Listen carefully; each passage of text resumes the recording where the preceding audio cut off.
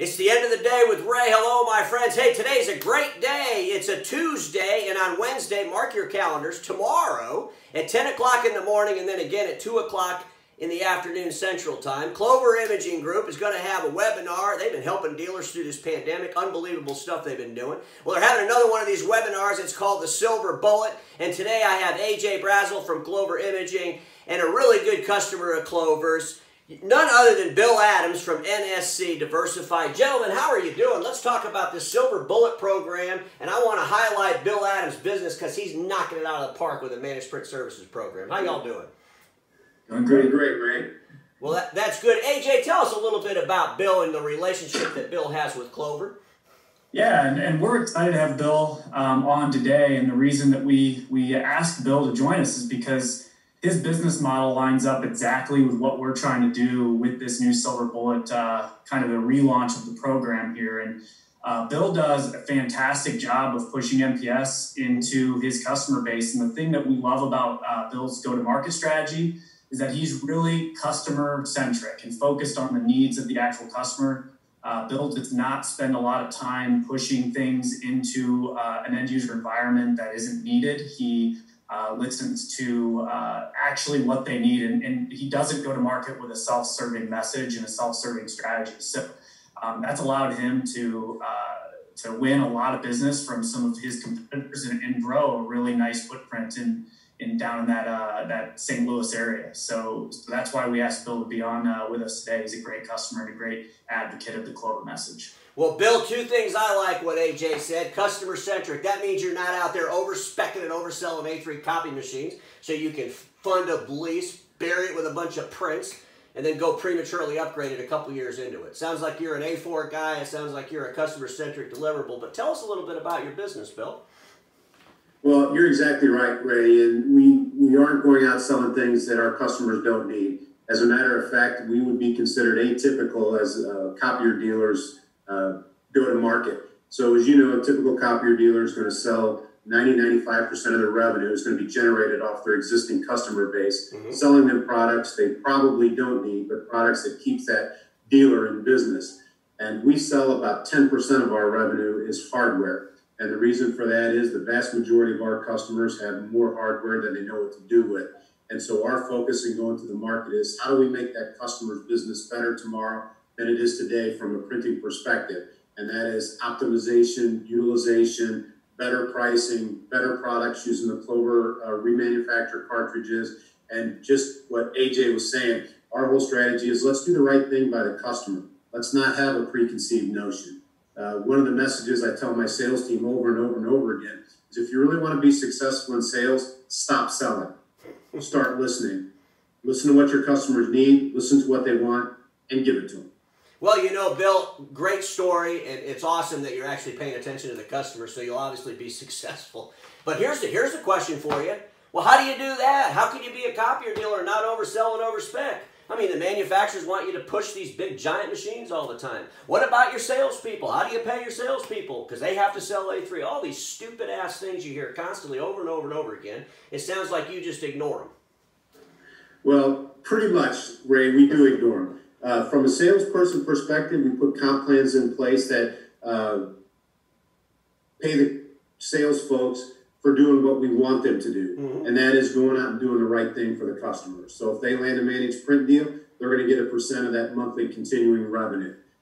We actually pay higher on MPS deals than we do on hardware deals to emphasize to the sales team that they should be doing the right thing by the customer and not selling things that they don't need. Typical copier company, where's the biggest part of their commission check come from? That new box going out the door. Very little of that commission comes on the ongoing support of that device. So you've got to put place processes and procedures and compensation plans in place that support your go-to-market strategy. Well, that's the oldest forever new. You pay for behavior that you get.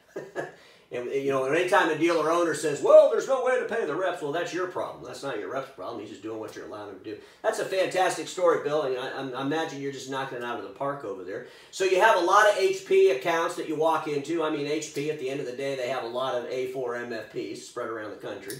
So when you see those types of applications, you just go in and reprogram that to get the supply business. Then you get with our friends at Clover. Can you explain a little bit of how your program works? Sure. So basically what we do is we go in and we look at the current environment. So we see how many devices they have, how those devices are being utilized, how much paper is being pushed through those devices. And based on that analysis, we can make recommendations to the customer on, hey, you don't need a $10,000 copier. You can get by with a $3,000 multifunction printer, and using our partner Clover and their remanufactured product and the Silver Bullet pricing, we can price those HP multifunction printers at a per click rate that's equal to or at what the copier dealers are doing on the copier side. Mm-hmm. So it's a huge win-win for the customer. Typically, the copier dealers don't want to talk about the cost of hardware. They just want to talk about click rates because they're making the assumption that customer's going to buy hardware irregardless. So the lease rate or the amount of that hardware cost doesn't matter. They have to spend it. We're going in saying you don't have to spend it because you don't need it. So let's look at a total cost of ownership, 1 year, 3 year, 5 years, including the cost of the hardware. And that recommendation is what the customers typically go with. Not to mention when they start, prematurely upgrading leases and throwing all these buyout dollars in it. And then they'll tell, their complaint about selling A4 will be, well, the cost per copy is too high. Well, if you didn't bury the customers and all that, it's just a nutty programs out there. AJ, let me ask you a question. If Bill reaches out to you, he's got this major account, and I know you have some pretty good-sized accounts around the whole St. Louis area, around Missouri, for that matter. But if he comes to you with an account that's got 1,000 HP printers out there, obviously you guys will work with him. Will you give him special pricing even beyond the Silver Bullet? How does that work?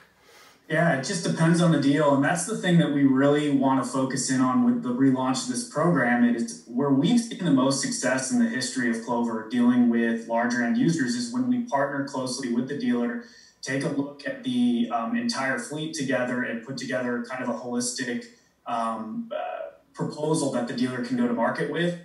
And so if there's 1,000 HPs out there, we want to look at where there might be efficiencies in that environment and take a look and maybe refresh a couple of machines here and there that might be dogs in that environment and weighing the whole thing down. But really, we want to get an aggressive price proposal out to Bill and possibly, even more aggressive than Silver Bullet in some instances if needed, and put him in the best situation to win the deal. And we can get creative outside of just pricing. We can put some stipends in place for some printers in the future. We can help with replacing some of those older machines that need to be replaced. We can add a couple of services in. We've got an auto supply management platform and obviously our data collection, anything else that would help Bill be aggressive and put him at the upper hand of that deal. It's going to be, how we partner up with him. We can also take a look at it from a couple of different perspectives and work with Bill and his reps and give them a couple of options to go to market with. So it really comes back to what's in the best interest of the customer and what's in the best interest of his end user. Sweet. Bill, let me ask you a question. When you're out and you come across these big enterprise accounts and you need to refresh some of that printers, you don't necessarily need to sell them brand new printers. Do you use any of the Clover, remanufactured printers themselves in some of these applications? We do, and it's a great opportunity for the customer to save money at no risk, because if they're under our managed print service program, Ray, we're handling all the service, all the repairs, all the parts at no additional cost to that customer. It's all included in their cost per image rate, so it's risk-free savings, as I like to say. The other thing I would just like to add on to the end of AJ's response, Ray, one of the reasons that we are such a strategic partner with Clover, Clover's an industry giant. They're one of the behemoths in the industry. But when you deal day to day or week to week or month to month with Clover, it's like having a mom and pop company right there in your backyard with you, because they'll pick up the phone, they'll come visit your location, they'll go out on sales calls with you, and it's not one box fits all. They're not a matrix organization like HP is, and you either have to fit in this box or this box or this box, or it's not going to work. Clover is let's roll up our sleeves and figure out how you win, your customer wins, and we win. And that's what makes it a great partnership. Well, Clover's a great company. They're doing a lot trying to help dealers out during these times. And, it's always good to profile some of their successful stories. And, AJ, I wish you guys the best of luck on this webinar tomorrow. I'm sure you'll have a huge audience attending it, because people need to understand what the Silver Bullet can do. I always say, you know, that Silver Bullet, I don't know how they came up with the name, but I believe it's a vampire killer. And we know that these OEMs are sucking the blood life out of profit with this expensive OEM toner. So if you need an alternative, call up Bill if you don't want to talk to Clover about it, because of course they'll say they're great. But call up guys like Bill. They're out there. They're doing a great job with Clover. You guys are awesome, and I appreciate having you on. Is there anything you want to say before we wrap this up? Thanks for having us, Ray. Appreciate it. Thanks for having us, yep. All right, and Bill, I'm going to look forward to coming and seeing you real soon. Because I look forward to that as well. My friends, we all know this. Status quo is the killer of all that'll be invented. Don't get stuck in status quo, and get on that webinar tomorrow, 10 a.m. Central. Repeat it again at 2 p.m. Central. Have a great day, folks.